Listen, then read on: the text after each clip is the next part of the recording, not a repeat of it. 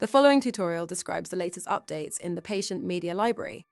We've made a few refinements to improve file management for you. Let's begin. The most notable updates are new filters that allow you to handle and find files more efficiently. You can now filter your media by date or by file type. The date filter allows you to specify a range.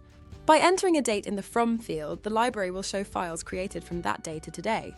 If you enter a date in the To field only, you'll see all files older than the selected date.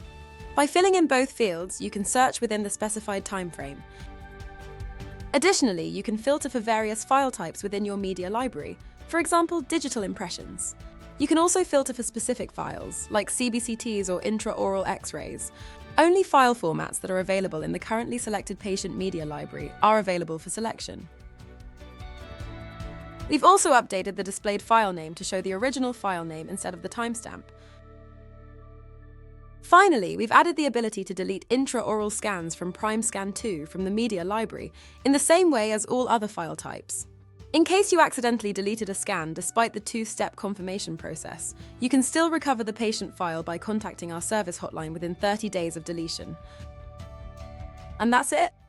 Be sure to check out our What's New section to learn about NewD's core features and functionalities. Thank you for watching.